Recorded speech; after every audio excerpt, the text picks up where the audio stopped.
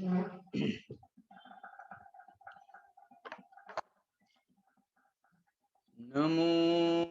अर्हन्ताणम्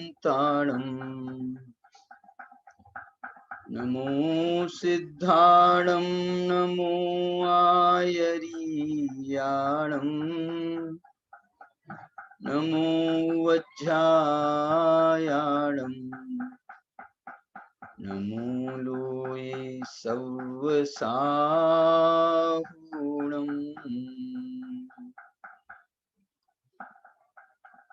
मोक्षमार्गस्य नेतारं भेत्तारं कर्मभूभृतां ज्ञातारं विश्वतत्त्वानां वन्दे तद्गुणलब्धये वन्दे तद्गुणलब्धये।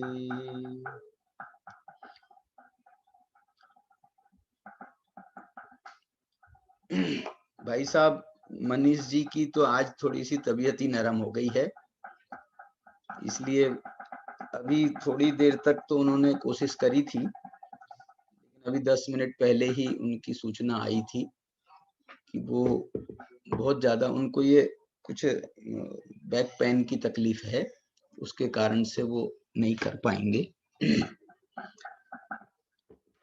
हमारा जो विषय जो हमने कल चलाया था मोक्ष मार्ग का, अपन उसी विषय को आगे बढ़ाएंगे, क्योंकि जो उनका विषय चल रहा है वो उसका क्रम ना बिगड़े, इस दृष्टि से अपन वो चश्मा देना। मोक्ष मार्ग की चर्चा यहाँ हम मोक्ष मार्ग प्रकाशक के संभावित रूपरेखा के अंतर्गत कर रहे हैं, और ये भाव जो है ऐसे बन गया असल में कि बड़े पंडित जी साहब ने कोई बहुत साल पहले 5-7 साल पहले एक बार हम उनके साथ में वहां पिंड शिविर में थे, तो उन्होंने हमको एक दिन अपने पास बुलाया और उन्होंने ये कहा कि भैया जो है इसकी कोशिश करो। हमने बोला पंडित जी हम कहाँ हमारी हिम्मत है और कहाँ हमारे में इतनी क्षमता है। नहीं नहीं बोले, क्षमता की कोई बात नहीं है, कोशिश करने में कोई हर्ज नहीं है। तो फिर मैंने तो ये उनसे कहा पंडित जी साहब कि आप करो और हम आप जो हमसे आप चाहेंगे तो हम आपको पूरा मदद करेंगे।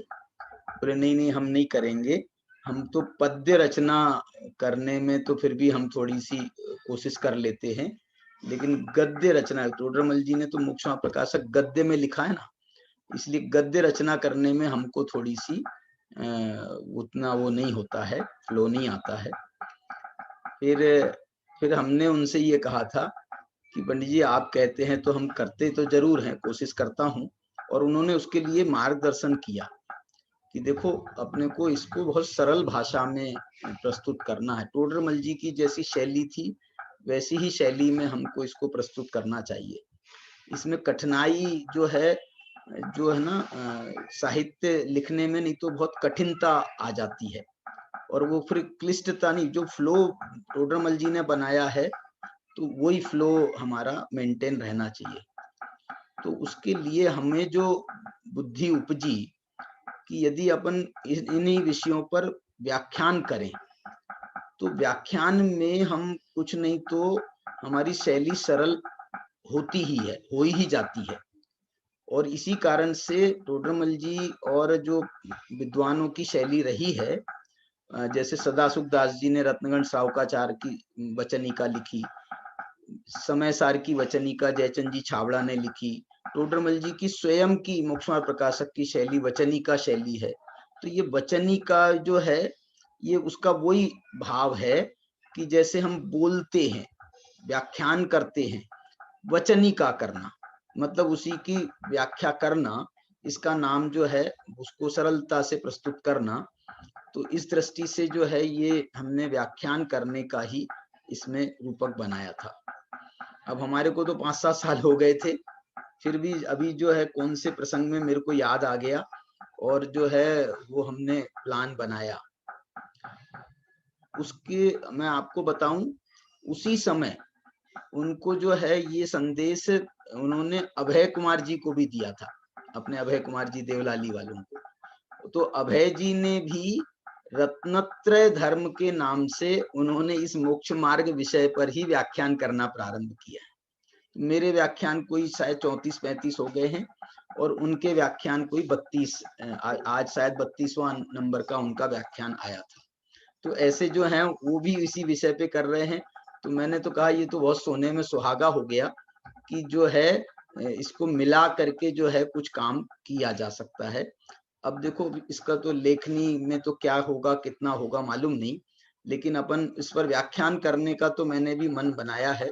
जब तक ये विषय पूरा नहीं हो जाए, भले साल लग जाए, ये विषय में जब तक नहीं हो जाता तब तक अपन इसी विषय पर व्याख्यान करेंगे। यदि कहीं जाने आने का भी मौका आएगा तो हम इसी विषय पर व्याख्यान करेंगे। और ये विषय जो है इस प्रकार से एक कम से कम व्याख्यान के माध्यम से तो पूरा हो ही जाए। तो यहाँ पर अपन जो है अलग अलग ग्रंथों के माध्यम से, जैसे पूरे समग्र टोडरमल जी का मोक्ष मार्ग प्रकाशक किसी एक ग्रंथ की टीका नहीं है। माने कोई एक ग्रंथ की टीका होती तो ये काम बहुत पहले हो चुका होता, माने बहुत पहले इस पर काम किया जा चुका होता। शायद जयचंद जी छाबड़ा को ये प्रपोजल गया था कि भाई ये जो मोक्ष मार्ग प्रकाशक अधूरा रह गया है इसको आप पूरा करो। तो लेकिन क्या नाम जयचंद जी साहब ने ये कह करके उसको कहा, मना किया था। बोले भैया कोई ग्रंथ की टीका होती तो हम विचार करते, लेकिन वो तो टोडरमल जी तो अपनी मौलिक रचना लिख रहे थे। अब वो क्या लिखते क्या नहीं लिखते ये हम कैसे कह सकते हैं, इसलिए जो है हम तो नहीं करेंगे, ऐसा कह करके फिर उन्होंने उससे वो बच गए मतलब उन्होंने नहीं किया। ऐसे जो है और प्रयास भी, एक अपने शीतल प्रसाद जी नाम के अभी 100 साल लगभग में ही एक ब्रह्मचारी शीतल प्रसाद जी हुए हैं। शीतल प्रसाद जी ने एक काम इस पर किया था उन्होंने, लेकिन ये इसका काम आगे का काम नहीं किया था। उन्होंने तो क्या किया था, मोक्ष मार्ग प्रकाशक में जगह जगह पर टोडरमल जी ने कुछ ऐसे स्थल पर लिखा इसका वर्णन आगे करेंगे, इसका वर्णन आगे करेंगे। जैसे कर्म सिद्धांत के संबंध में कुछ चर्चा आई तो उन्होंने कहा इसका वर्णन आगे करेंगे। ऐसे 12 कोई 10-12-15 स्थल हैं। तो उन स्थलों को डॉक्टर साहब ने प्रस्तावना में उन स्थलों का उल्लेख भी किया है। तो उन स्थलों पर उन्होंने उन स्थलों का विस्तार करके एक छोटा सा एक ग्रंथ उन्होंने लिखा है। लेकिन हम उसको मोक्ष मार्ग प्रकाशक का जो है ना ये वाला पार्ट नहीं कह सकते, सेकंड पार्ट, वो तो पहले पार्ट की ही कुछ विषय वस्तु को उन्होंने आगे उसमें क्लियर किया है। मैं आपको ये कहना चाहता हूं कि मोक्ष मार्ग प्रकाशक में कोई मौलिक ग्रंथ है उनका, कोई ग्रंथ की टीका नहीं है, कोई पूर्ववर्ती आचार्य की टीका नहीं है। लेकिन यदि हम उसको पूरा करें तो कैसे करें, तो उसके लिए समझ लो एक संभावित रूपरेखा बनाई है, डॉक्टर साहब की भी है। छहढालाकार ने एक काम जरूर कर दिया। छहढालाकार ने एक प्रकार से मोक्ष मार्ग प्रकाशक पूरा लिखा, पूरा कर दिया। हमको बस इतना करना है कि उसकी हम समझ लो व्याख्या कर देवे, छहढाला के विषयों की व्याख्या कर देवे, तो एक प्रकार से मोक्ष मार्ग प्रकाशक पूरा हो जाएगा। इसके लिए जो हम आपको बताना चाहते हैं कि जो विषय आप चुनो, कोई भी विषय आप उसमें से निकालो, सम्यक दर्शन का निकालो, ज्ञान का निकालो, चारित्र का निकालो, मोक्ष मार्ग का निकालो, है ना, 7 तत्वों के विषय आपको निकालेंगे। तत्वार श्रद्धानम सम्यक दर्शनम के अंतर्गत आप 7 तत्वों के विषय आप निकालोगे तो आपको जो आज एक हमारे पास में एक उपलब्ध एक चीज है, ये टोडरमल जी के समय नहीं थी। एक ब्रह्मचारी कहें क्षुल्लक जिनेन्द्र वर्णी हुए हैं, क्षुल्लक जिनेन्द्र वर्णी, उन्होंने ये काम किया था। जैन सिद्धांत कोश में जो प्रमुख विषय हैं जिनागम के, उन सभी विषयों पर उनने एक समझ लो अनुक्रमणिका के, शब्दानुक्रमणिका के आधार पर उन्होंने उनका संकलन किया है। ऐसे 5 ग्रंथ हैं उनके, ऐसे मोटे मोटे 5 ग्रंथ ज्ञानपीठ से छपे हैं, भारतीय ज्ञानपीठ से छपे हैं। उसमें उनका एक एक विषय का बहुत सुंदर विश्लेषण किया गया है। जैसे मोक्ष मार्ग का उनने बहुत सुंदर विश्लेषण किया। मैंने कल आपको बताया था 8-10 पेजों में उनने मोक्ष मार्ग का विश्लेषण किया है। इसके अलावा सम्यक दर्शन का यदि देखें तो सम्यक दर्शन का तो बहुत विस्तार के साथ में उन्होंने विश्लेषण किया। सम्यक दर्शन का विश्लेषण उन्होंने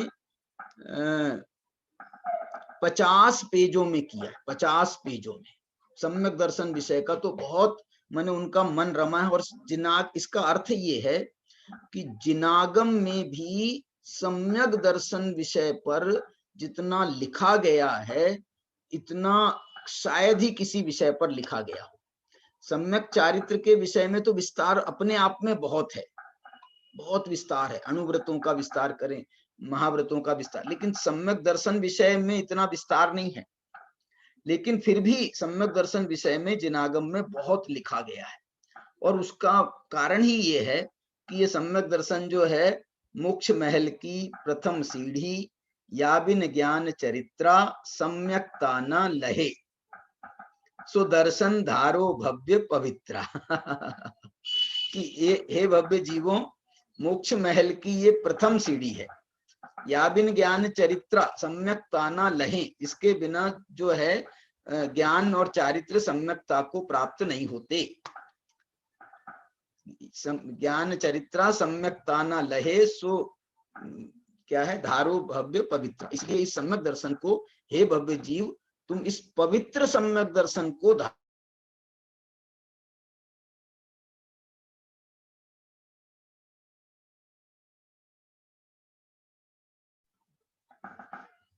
आ गई सुदर्शन जी?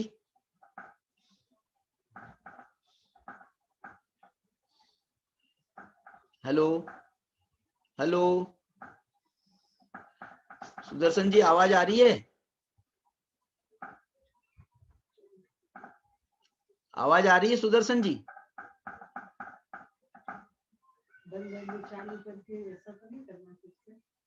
हेलो सुदर्शन जी? हाँ, आ रही आ रही आ रही आ रही। ठीक है ठीक है ठीक है। तो यहाँ पर जो है, इसमें मैंने आपको कहा, इसमें बहुत चर्चा, इसमें सम्यक दर्शन की बहुत महिमा की गई। ऐसे जो है अपन आगे आगे उस चर्चा को विस्तार देंगे। अभी हम आपको मोक्ष मार्ग की चर्चा पर ही विशेष रूप से ध्यान केंद्रित कर रहे हैं। देखो, ये जो सम्यक दर्शन ज्ञान चारित्र की विशेष रूप से जो चर्चा है, इसको अनेक नामों से की जाती है, अनेक नामों से की जाती है। कभी सम्यक दर्शन की चर्चा को सम्यक दर्शन के नाम से करते हैं, तो कभी सम्यक दर्शन की चर्चा को सम्यक्त्व के नाम से भी करते हैं, कभी सम्यक दर्शन की चर्चा को दर्शनाराधना के नाम से करते हैं। दर्शनाराधना, आराधना कहिए ना, 4 आराधनाएं, तो उसमें एक दर्शन आराधना है, फिर ज्ञान आराधना है, चारित्र आराधना है, तप आराधना है। तो एक दर्शन आराधना जो है ये सम्यक, तो इसमें सम्यक दर्शन की चर्चा है दर्शनाराधना में। इसी प्रकार से 5 प्रकार के आचार कहे गए हैं, तो उसमें भी सम्यक दर्शन की चर्चा जो है दर्शन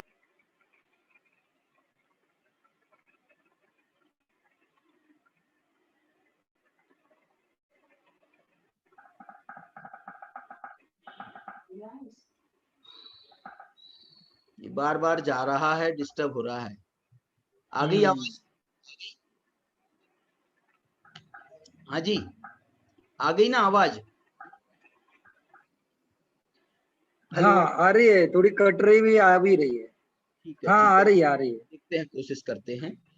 तो इसमें जो है मैं आपको जो ये बता रहा हूं, तो सम्यक दर्शन ज्ञान चारित्र, इनकी चर्चा कभी मोक्ष मार्ग के नाम से की जाती है, इन्हीं को रत्नत्रय के नाम से भी इसकी चर्चा की जाती है। सम्यक दर्शन ज्ञान चारित्र को रत्नत्रय कहा गया है। 4 कर देवे तो इसको 4 आराधना के नाम से इसकी चर्चा होती है, 5 कर देवे तो पंचाचार के नाम से इसकी चर्चा होती है। मैं तो इसमें और भी खोजता हूं, इसमें और भी बहुत सारी बात होती है, जिसको हम जो है और भी विस्तार देना चाहे ना, तो इसमें और विस्तार भी दिया जा सकता है। जैसे कि मैं आपको कहूं, हम 10 धर्म कहते हैं, 10 धर्म। इन 10 धर्मों में सम्यक दर्शन की चर्चा है। आप बोलोगे साहब सम्यक दर्शन नाम का तो उसमें कोई धर्म नहीं है। उत्तम क्षमा, उत्तम मार्दव, उत्तम आर्जव, उत्तम सत्य, उत्तम शौच, जो भी है सब, तो इसमें आप बोल रहे हो सम्यक दर्शन की चर्चा नहीं है। हम कह रहे हैं कि सम्यक दर्शन की चर्चा 10 में है। कहाँ है 10 में? क्योंकि ये जो उत्तम शब्द लगा हुआ है ना, उत्तम शब्द, ये उत्तम शब्द ही सम्यक दर्शन का सूचक है। उत्तम क्षमा का मतलब है सम्यक दर्शन सहित क्षमा। उत्तम मार्दव का मतलब है सम्यक दर्शन सहित मार्दव, मान कषाय का अभाव। आर्जव का मतलब है, उत्तम आर्जव का मतलब है सम्यक दर्शन सहित माया कषाय का अभाव। उत्तम शौच का मतलब है सम्यक दर्शन सहित लोभ कषाय का अभाव। माने आपको उत्तम शब्द जो है ये सबको जोड़ने, सबको सम्यक बनाने वाला है। और आप ये बताओ ना, मैं कोई भी आप कार्य करना चाहोगी, आप संयम पालन करना चाहो, तप करना चाहो, त्याग करना चाहो, है ना, जो भी करना चाहो आप, तो आप ये चाहोगे ना कि आपका जो है ये सम्यक होवे। चाहोगे कि नहीं चाहोगी कि मिथ्या हो जाए? हमको तो करना है, चारित्र करना है हमको, अब सम्यक मिथ्या से क्या लेना देना। आप सम्यक चारित्र करना चाहोगे ना, तो आप सम्यक चारित्र करना चाहोगे तो इसमें जो है इसकी सम्यकता इस सम्यक्त्व से ही आएगी। इसमें जो जो सम्यकता है ये चारित्र सम्यक्त्व से ही आती है, इसलिए सब जगह सम्यक्त्व को प्रदान किया गया है। ऐसे यहाँ पर मोक्ष मार्ग में भी सम्यक्त्व, एक शब्द में सम्यक्त्व को मोक्ष मार्ग कहा जा सकता है। और इसके साथ में आपको जिस गुण को जोड़ना है, आप सब गुणों को जोड़ लो। 3 तो हम नाम बता दे रहे हैं, दर्शन ज्ञान चारित्र, और इसके साथ में आप जितने गुणों को जोड़ो उतने गुणों में सम्यक, सब गुणों में सम्यकपना इस सम्यक्त्व के कारण से ही आता है। इतनी इसकी बड़ी विशेषता है। अब जो बात हम करना चाहते हैं वो एक चर्चा इसमें आती है, जब इसकी मोक्ष मार्ग की चर्चा की जाती है तो बोले सम्यकपना तो सम्यक दर्शन के होते ही, सम्यकपना तो सब गुणों में आ जाता है। सम्यकपना तो आ जाता है, लेकिन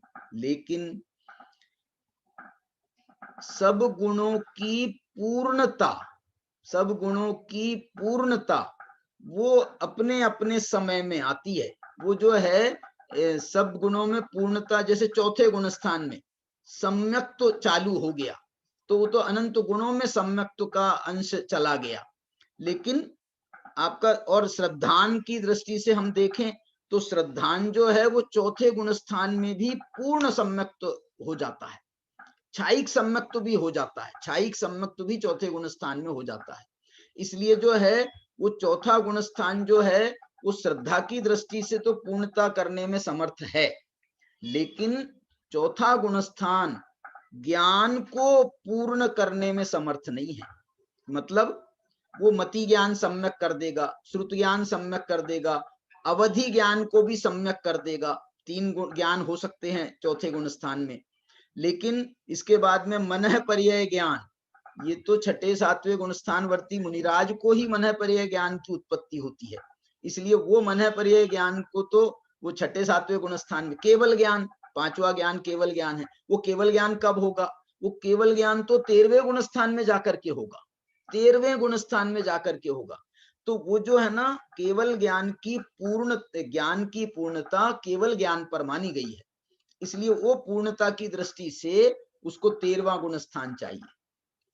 अब हम कहेंगे चारित्र की पूर्णता की बात, तो एक बात बताऊं मैं, मुनिराज हैं छठे सातवें गुण स्थान में, लेकिन उनका चारित्र भी पूर्ण नहीं है। उनका चारित्र भी पूर्ण नहीं है।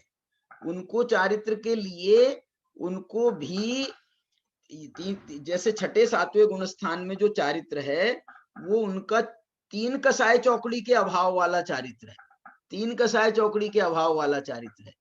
कषायें कितनी है? कुल कषायें हैं कुल मिलाकर के 4 स्थूल रूप से, और यदि विस्तार करें तो 4 कषायें हैं, 9 कषायें हैं, तो ऐसी 13 कषायें हो जाती हैं।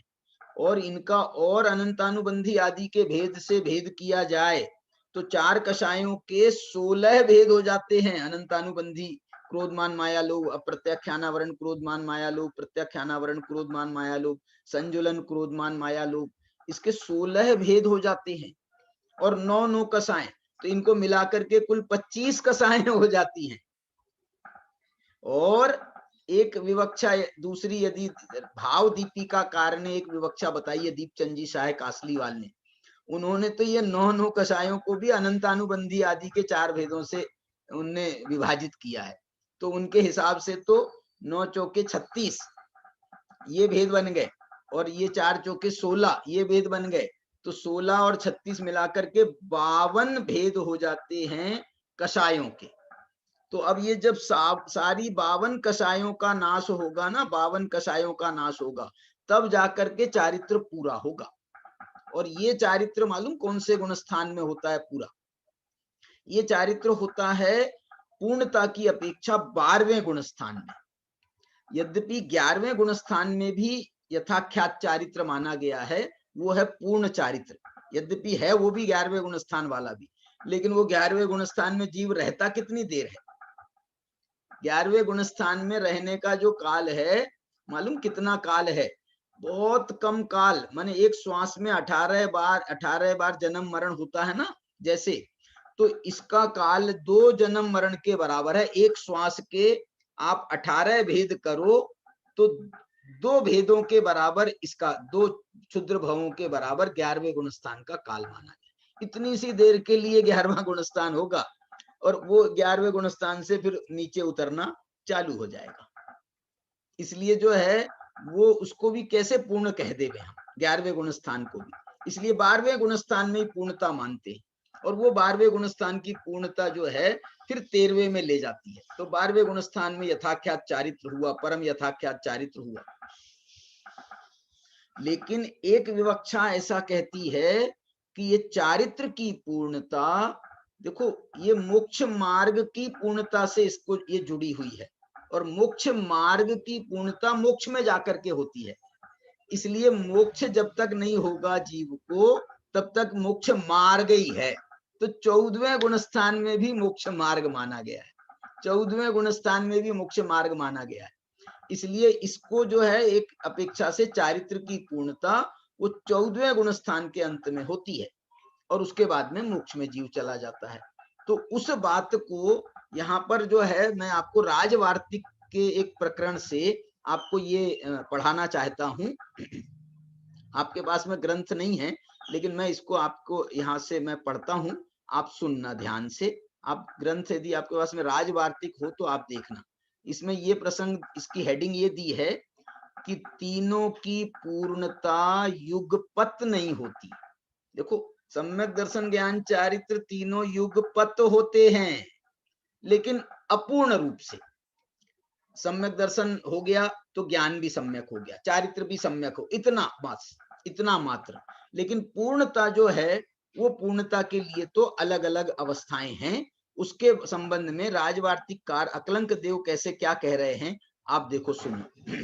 राजवार्तिक में लिखा है, सम्यक दर्शन, सम्यक ज्ञान और सम्यक चारित्र में पूर्व की प्राप्ति होने पर, पूर्व की प्राप्ति माने सम्यक दर्शन की प्राप्ति होने पर सम्यक ज्ञान, सम्यक दर्शन सम्यक ज्ञान की प्राप्ति होने पर सम्यक चारित्र, ऐसा पूर्व की प्राप्ति होने पर उत्तर की प्राप्ति भजनीय है। भजनीय समझते हैं? भजनी का मतलब होता है विकल्प से। विकल्प से माने सम्यक दर्शन हुआ तो सम्यक ज्ञान तो होगा ही होगा, लेकिन चारित्र जो है, जिसको व्रतादि रूप में जिस चारित्र को कहा जाता है, वो चारित्र किसी को हो भी सकता है और किसी को ना भी हो। चौथे गुणस्थान में अविरति ही हो, संयमाचरण चारित्र ना हो, सम्यक्त्वाचरण चारित्र तो हो जाएगा चौथे गुणस्थान में, लेकिन संयमाचरण चारित्र ना हो तो वो भजनीय है। भजनीय है का मतलब किसी को हो भी सकता है और किसी को नहीं भी हो सकता। भजनी का मतलब अपन कह सकते हैं ना, भजन करते हैं, तो भजन भजन क्यों करते हैं? प्राप्ति के लिए भजन करते हैं, प्राप्ति के लिए भजन करते हैं। तो वो हम सम्यक दर्शन हो गया है, अब सम्यक चारित्र की प्राप्ति के लिए हम भजन करते हैं, माने उसकी भावना भाते हैं, तो ये भजनी कहा। अर्थात भजनी माने क्या, उनने खुद लिखा है, अर्थात हो भी और ना भी हो भी और ना भी हो, परंतु उल्टे से चलें तो उत्तर की प्राप्ति में पूर्व का लाभ निश्चित है। यदि आपको सम्यक ज्ञान कह रहे हो आप, तो इसका मतलब है कि सम्यक दर्शन सहित है। सम्यक चारित्र कह रहे हो तो इसका मतलब है सम्यक दर्शन सम्यक ज्ञान सहित ही ये चारित्र सम्यक हुआ है। तो ये जो है उत्तर की प्राप्ति में पूर्व का लाभ निश्चित है। जैसे जैसे जिसे सम्यक चारित्र होगा उसे सम्यक दर्शन व सम्यक ज्ञान होंगे ही, पर जिसे सम्यक दर्शन है उसे पूर्ण सम्यक ज्ञान और पूर्ण सम्यक चारित्र हो भी और ना भी हो भी माने 13वें गुण स्थान में है तो वहां पर सम्यक दर्शन सहित ज्ञान पूर्ण है और चारित्र भी यथाख्यात हो गया, तो ऐसे जो है ये तो हो सकता है। लेकिन हर गुण स्थान में हर जीव को सम्यक दर्शन के साथ में सम्यक चारित्र की पूर्णता, सम्यक ज्ञान की पूर्णता ये अवश्यम भावी नहीं है। अब आगे देखो, इसमें प्रश्न लिखा है, ऐसा मानने पर अज्ञान पूर्वक श्रद्धान का प्रसंग आता है। ये अज्ञान पूर्वक श्रद्धान का प्रसंग क्यों? क्योंकि आपने तो ये कह दिया ना कि सम्यक दर्शन के होने पर सम्यक ज्ञान होता है, सम्यक दर्शन हो तो ज्ञान सम्यक ज्ञान कहलाता है। तो क्या सम्यक दर्शन बिना ज्ञान के हो गया या अज्ञान से सम्यक दर्शन हो गया? ये प्रश्न खड़ा किया यहाँ पर। ऐसा मानने से अज्ञान पूर्वक श्रद्धान का प्रसंग आता है। अब उत्तर क्या दिया है देखो, उत्तर ये दे रहे हैं, पूर्ण ज्ञान को भजनीय कहा है, न कि ज्ञान सामान्य को। बोले देखो, पूर्ण ज्ञान केवल ज्ञान तो बाद में होगा 13वें गुण स्थान में, लेकिन जो अल्प ज्ञान के रूप में सम्यक ज्ञान है वो तो सम्यक दर्शन के साथ होता ही होता है। और एक इसमें दूसरी विवक्षा, ये तो सम्यक दर्शन की प्रधानता से यहाँ पर कहा है। दूसरी विवक्षा यदि हम देखें ना, तो कुंदकुंदाचार्य ने, अपने मनीष जी ने बहुत कहा था पीछे एक विषय में कि कुंदकुंदाचार्य तो पहले ज्ञान की बात करते हैं, पहले ज्ञान की बात करते हैं, उसके बाद श्रद्धान की बात करते हैं, उसके बाद चारित्र की बात करते हैं, ज्ञान की बात करते हैं। क्यों? क्योंकि ज्ञान तो सबसे पहले अनिवार्य है ना। ज्ञान नहीं होगा तो हमारा श्रद्धान निर्मल कैसे होगा? जैसे सम्यक दर्शन के लिए उन्होंने उपाय बताए, सम्यक दर्शन कैसे होता है तो उन्होंने उपाय बताए, तन निसर्गाद अधिगमाद्वा, वो निसर्ग से भी होता है और अधिगम से भी होता है। अधिगम से जब सम्यक दर्शन होगा तो अधिगम माने क्या? अधिगम माने ज्ञान, माने ज्ञान तत्वों का ज्ञान करोगे, श्रद्धा तत्वों का अच्छी तरह से निर्णय करोगे तो आपका जो है वो तत्व ज्ञान जो है सम्यक दर्शन में निमित्त बनेगा।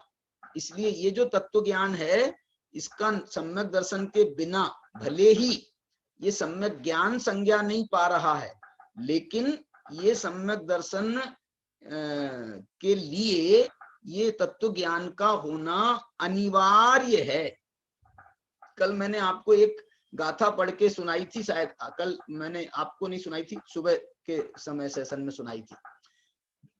कुंदकुंदाचार्य की गाथा है, आगम के द्वारा पहले ज्ञान करना, तत्व ज्ञान करना, आगम के माध्यम से पहले तत्व ज्ञान करना, ये सबसे पहला कर्तव्य माना गया है, सबसे पहला कर्तव्य।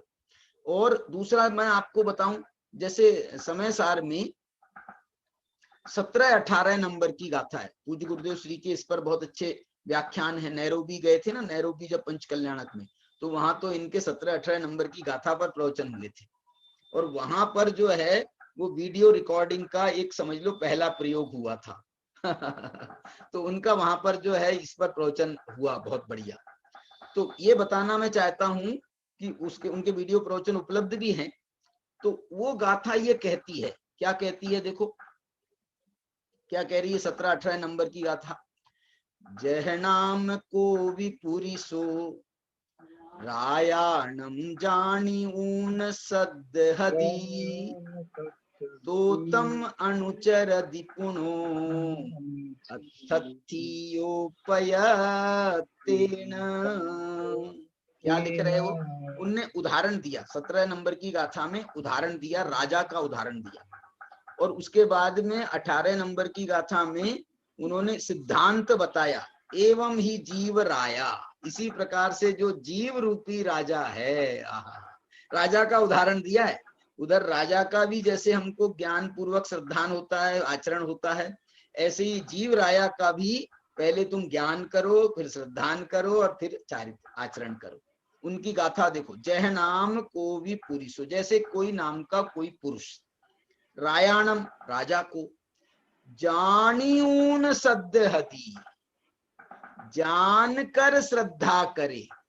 इसकी हिंदी है ना अपना पद्यानुवाद क्या है, जो पुरुष कोई नृपति को भी जान कर श्रद्धा करे, उसका ही अनुचरण उसका ही करे, अर्थार्थी जन अति प्रीति से। तो वो जो है ये कह रहे हैं, जानी ऊन सद्धि, माने वो राजा को जानता है।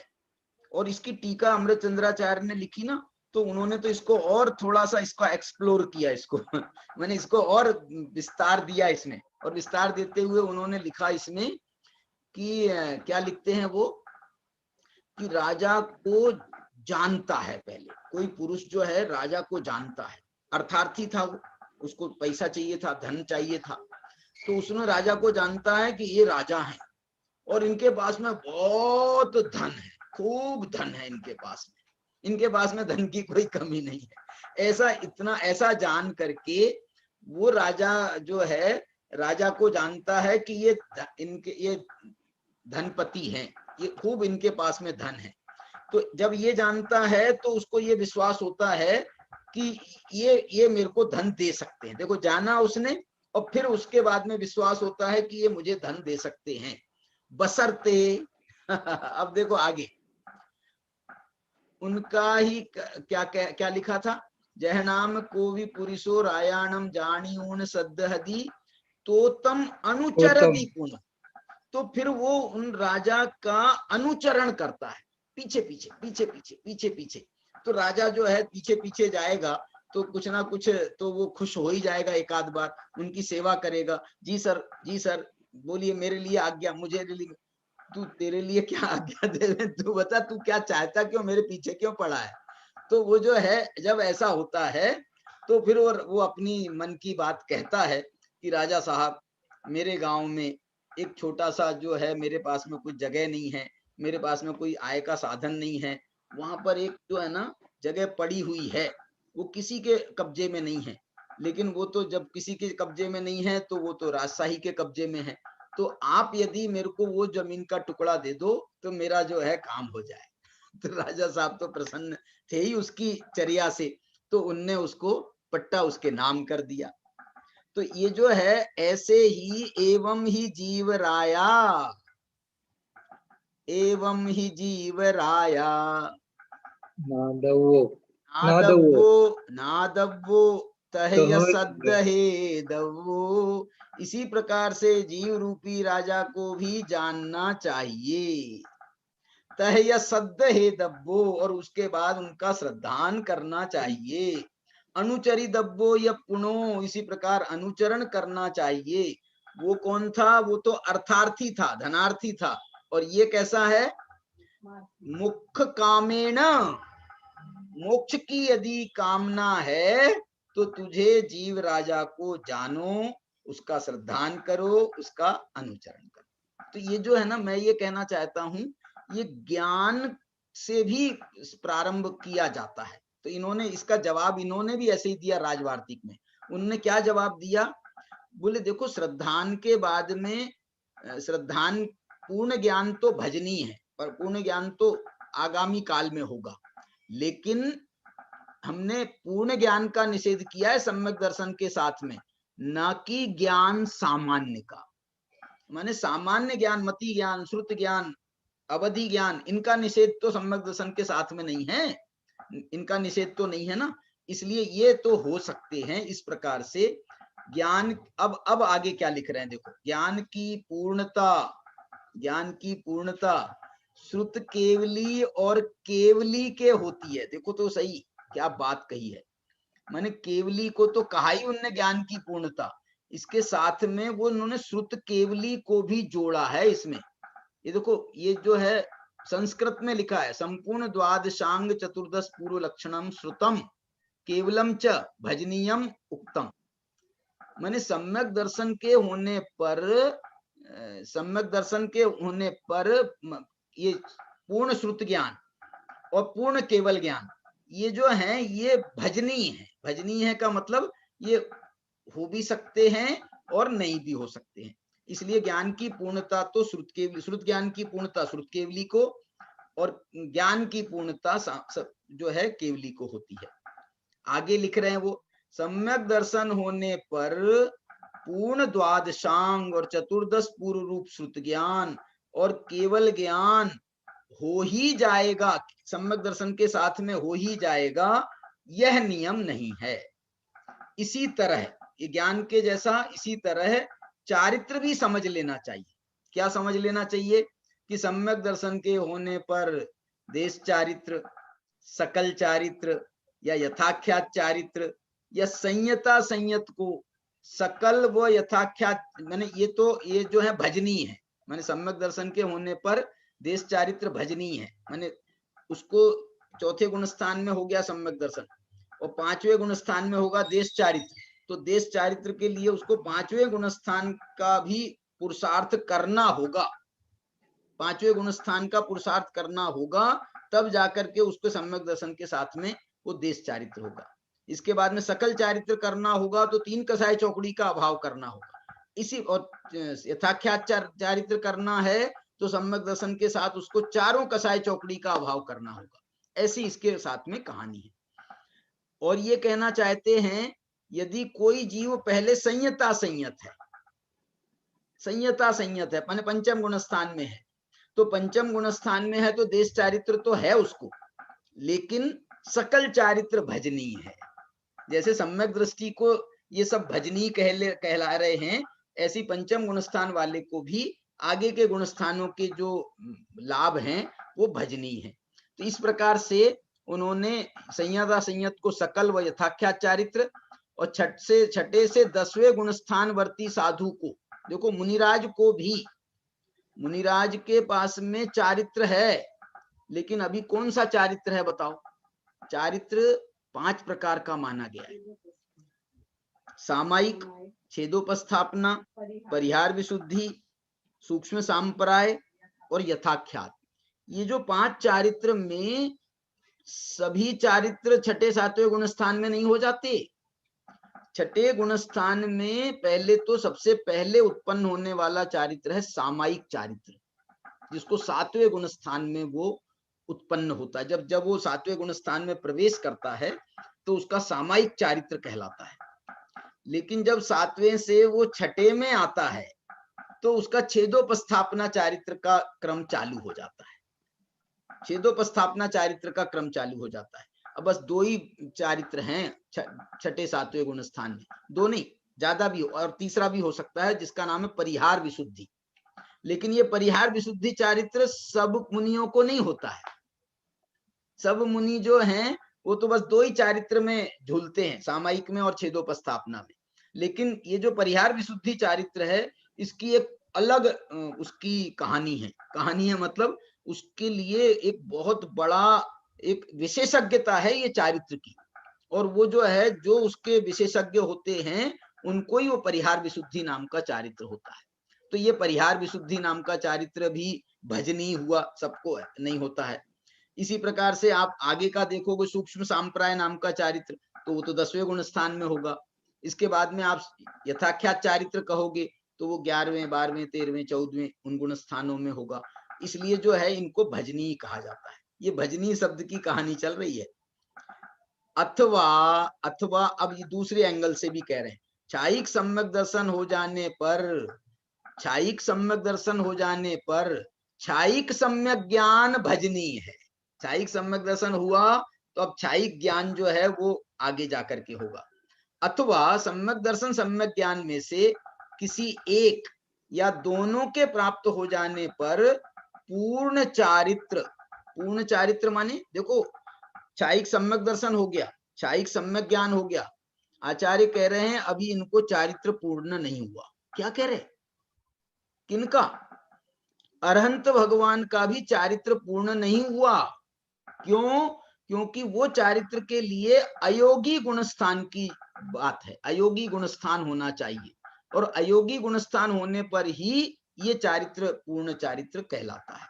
इसलिए ये कह रहे हैं देखो सम्यक दर्शन सम्यक ज्ञान में से किसी एक या दोनों के प्राप्त हो जाने पर पूर्ण चारित्र भजनीय है। पूर्ण चारित्र माने उसके लिए अयोगी गुणस्थान का यथाख्यात चारित्र। मैं इसके माध्यम से आपको समझ लो ये जो है ना पूरी मोक्ष मार्ग की कहानी कैसे कैसे क्रम से कैसे कैसे काम होते हैं, इसकी बात यहाँ पर इनने आचार्य ने समझाई है। ये राजवार्तिक के उदाहरण से भी, और हमने समय सार की 17-18 गाथा के उदाहरण से और दूसरे उदाहरणों से आपको ये पूरी बात का स्पष्टीकरण किया। क्या बात का स्पष्टीकरण था ये इस बात का स्पष्टीकरण था कि तीनों की पूर्णता, सम्यक दर्शन ज्ञान चारित्र तीनों की एकता अनिवार्य है चौथे गुणस्थान के लिए भी, लेकिन इनकी पूर्णता तो यदि हम कहेंगे तो 13वें गुणस्थान में अथवा 14वें गुणस्थान में जाकर के ही इनकी पूर्णता होती है। एक ये पूर्णता वाली बात इसमें करी। अब जो मैं आपको दूसरी एक बात बताना चाहता हूं वो बड़ी मार्मिक विषय है। आचार्य ये कहना चाहते हैं कि हम मोक्ष मार्ग की चर्चा कर रहे हैं, लेकिन जब जब मोक्ष मार्ग की चर्चा होती है तो हम क्या करते हैं, सम्यक दर्शन सम्यक ज्ञान सम्यक चारित्र की चर्चा को ही मोक्ष मार्ग की चर्चा समझते हैं। देखना आचार्य क्या इशारा करने चाहते हैं, जिनेन्द्र वर्णी उसके कोटेशन देने वाले हैं सब ग्रंथों के। वो कहते हैं मोक्ष मार्ग की चर्चा और दूसरे तरीकों से भी की जाती है। सम्यक दर्शन सम्यक ज्ञान सम्यक चारित्र का नाम नहीं आएगा, लेकिन दूसरे नाम आएंगे, उनसे भी मोक्ष मार्ग की चर्चा होती है। जैसे तो उन्होंने इसी तत्वार सूत्र के आधार पर वो मोक्ष मार्ग की चर्चा के लिए उन्होंने एक वो दिया है सूत्र। देखो एक सर्वार सिद्धि नाम का ग्रंथ है जो तत्वार सूत्र की टीका है, पूज्यपाद देवनंदी आचार्य हुए हैं, उन्होंने ये टीका लिखी है। वो सर्वार सिद्धि में उनने समय अपने तत्वार सूत्र का जो चौथा सूत्र है ना, कौन सा चौथा सूत्र है, जीवा जीवाश्रव बंध संवर निर्जरा मोक्षास तत्वम, इस चौथे सूत्र की व्याख्या में जब उन्होंने संवर निर्जरा की व्याख्या की, आए ना इसमें संवर निर्जरा तत्व भी आया ना, जीव अजीव आश्रव बंध संवर निर्जरा मोक्ष, तो संवर निर्जरा की जब चर्चा आई तो वहां सर्वार सिद्धिकार ने एक सूत्र दिया है, और वो सूत्र क्या दिया है, उसकी भाषा भी मोक्ष मार्ग की है। क्या भाषा दी है उन्होंने, वो दे रहे हैं मोक्षस्य प्रधान हेतु, मोक्ष के प्रधान हेतु संवरो निर्जराच, ये सूत्र दिया कि मोक्ष के प्रधान हेतु संवर है, संवर है, देखो अकेला संवर को भी कह सकते हैं, और निर्जराच माने और निर्जरा भी माने संवर से मोक्ष मार्ग का हेतु है, संवर अकेला संवर मोक्ष मार्ग का हेतु है। और भैया निर्जरा का क्या हुआ, बोले निर्जरा भी आगे जाकर के वो निर्जरा जो है वो जो है निर्जरा वो जैसे भजनी कहा था ना, तो संवर तो हो गया, निर्जरा भजनी है, मैंने नवीन आने वाले कर्मों को तो रोक दिया, लेकिन जो पूर्व में बंधे हुए कर्म हैं इनको दूर करना, इनको नष्ट करना, ये आगे निर्जरा का काम है, ये निर्जरा का काम है, निर्जरा के द्वारा होता है। और वो कब होता है, जब उग्र पुरुषार्थ जीव करता है जिसको निर्जरा में उग्र पुरुषार्थ माना जाता है। शुद्धि की उत्पत्ति, इसका नाम है संवर, और शुद्धि की वृद्धि, इसका नाम है निर्जरा। क्या बोला? ये जैन सिद्धांत प्रवेशिका की परिभाषा। शुद्धि की उत्पत्ति, इसका नाम है संवर, और शुद्धि की वृद्धि, इसका नाम है निर्जरा, और मोक्ष किसका नाम है? शुद्धि की पूर्णता, इसका नाम है मोक्ष। शुद्धि की पूर्णता हो जाना, इसका नाम है मोक्ष। तो इन्होंने मोक्ष के प्रधान हेतु करके लिखा है, प्रधान हेतु। मोक्ष के प्रधान हेतु हैं संवर और निर्जरा। अब मैं आपसे पूछूं, अरे हमने तो सोचा था मोक्ष के हेतु जो है, मोक्ष मार्ग जो है वो किस रूप में है? वो तो सम्यक दर्शन ज्ञान चारित्र का नाम मोक्ष मार्ग कहा था, और यहाँ तो इनने संवर निर्जरा को कह दिया।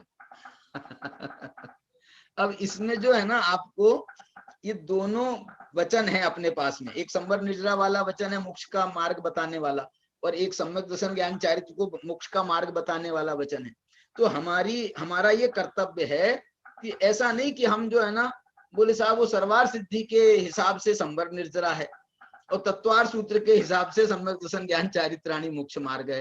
अरे तत्वार सूत्र की तो टीका का नाम सर्वार सिद्धि है, तो ऐसे आप इसको छोड़ नहीं सकते हो। तो क्या करें? आपको सम्यक दर्शन ज्ञान चारित्र में संवर निर्जरा को घटाना पड़ेगा, अथवा संवर निर्जरा में सम्यक दर्शन ज्ञान चारित्र को घटाना पड़ेगा। यदि आप इनको परस्पर में घटाएंगे तो आपको संवर निर्जरा को मोक्ष का मार्ग कहें या सम्यक दर्शन ज्ञान चारित्र को मोक्ष का मार्ग कहें तो हमको कोई आपत्ति नहीं होगी। कैसे घटाओगे बताओ, कैसे घटाओगे? तो संवर जो है, संवर का ये जो है ना, सबसे पहले सम्यक दर्शन के होते ही ये 41 प्रकृतियों का आश्रव रुक जाता है। आप कहते हो ना संवर किसे कहते हैं? आश्रव निरोध है संवर। तो सम्यक दर्शन के साथ ही, सम्यक दर्शन से ही संवर का प्रारंभ होता है। संवर का प्रारंभ सम्यक दर्शन से होता है। इसलिए जो है सम्यक दर्शन तो है संवर का प्रतीक, और निर्जरा का प्रतीक कौन है? सम्यक चारित्र।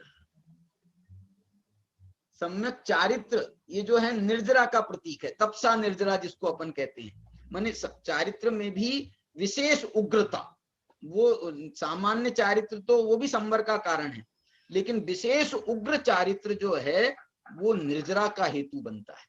इसलिए संवर के कारणों में सम्यक दर्शन संवर का हेतु है। इसके बाद में सम्यक चारित्र में जो संवर के हेतु कहे गए हैं, सगुप्ति, समिति, धर्म, अनुप्रेक्षा, परिसयजय, चारित्र, ये सब जो हैं ये संवर के हेतु हैं। सूत्र है ना, आश्रव निरोध है संवर। आश्रव के निरोध का नाम संवर है। दूसरा सूत्र क्या है? ये पहला सूत्र है। दूसरा सूत्र क्या है? स माने वह संवर, स गुप्ति समिति धर्मानुप्रेक्षा परिसयजय चारित्रई। वो गुप्ति समिति धर्म अनुप्रेक्षा परिसयजय और चारित्र के द्वारा होता है। आश्रव का वो निरोध करने वाला।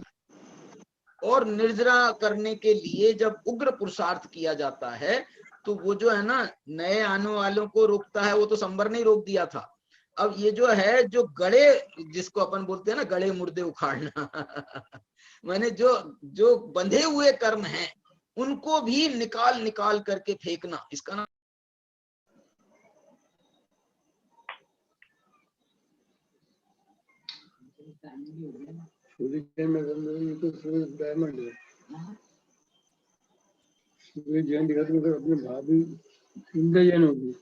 चलो भैया, अब अपना समय भी हो गया है। अभी मैं इसमें जो अन्य कारणों की जो चर्चा है ना, जैसे संवर निर्जरा को एक अपन मोक्ष का कारण कहते हैं, और भी मोक्ष के कारण आगम में अन्य भी मोक्ष के कारण कहे, अब उनको भी हम इसके साथ में जोड़ने का प्रयास करेंगे। तो कल सुबह की चर्चा में हम इसका कथन विस्तार से अपन इसकी चर्चा करेंगे। अभी की चर्चा को अपन यहीं पर विराम देते हैं। एक आप जो है 2 मिनट का मौन लेकर के ध्यान करना है। तो आज कौन सा ध्यान कराओगे नरेश जी, बताओ। नरेश जी कौन सा ध्यान करें? संवर निर्जरा।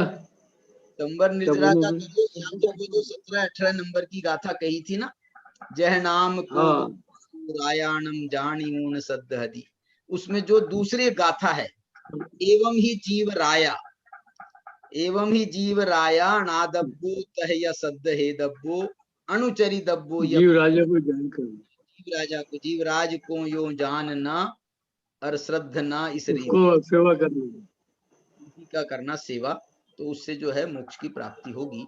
तो इसका जो है हम 2 मिनट का ध्यान करें, विचार करें। चलिए,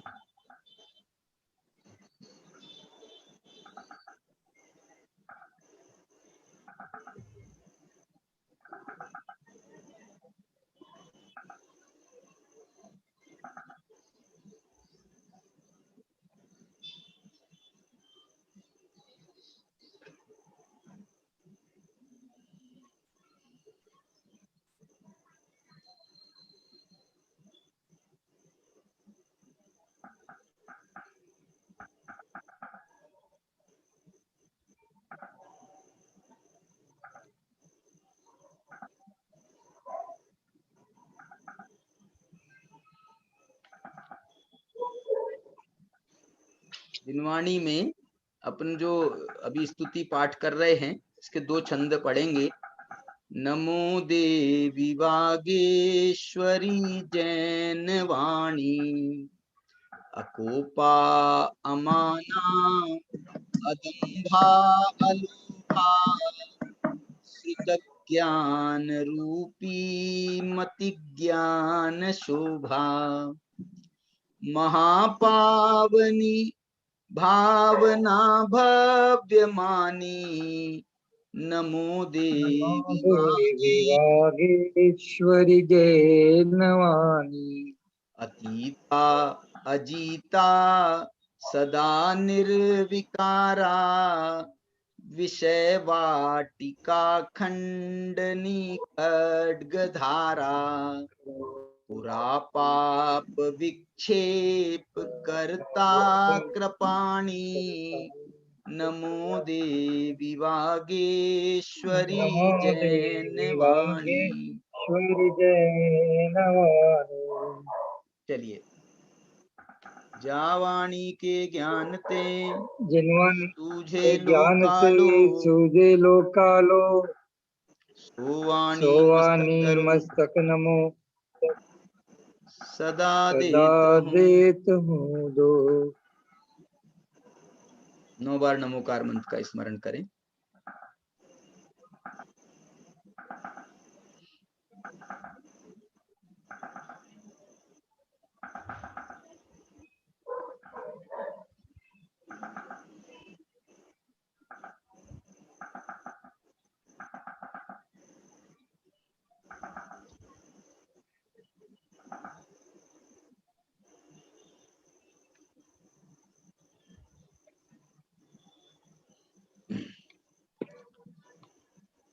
जिनवाणी माता की जय। की जय।